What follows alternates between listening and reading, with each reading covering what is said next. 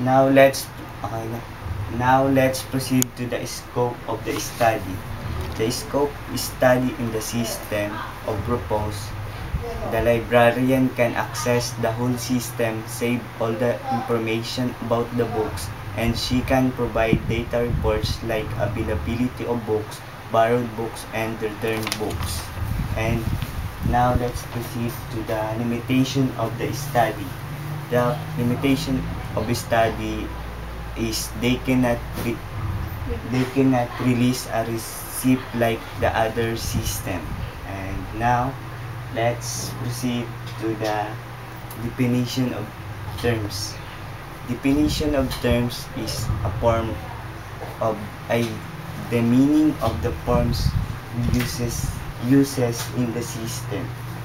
And the data dictionary is a form of the uses in the system.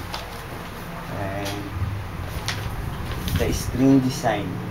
The screen design is you may see a username and password of the login, and the computerized system of the main.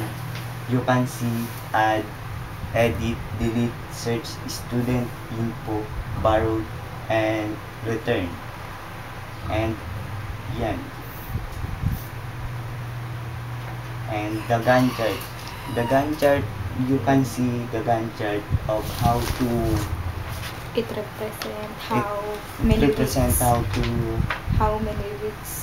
weeks of we do of the system. system.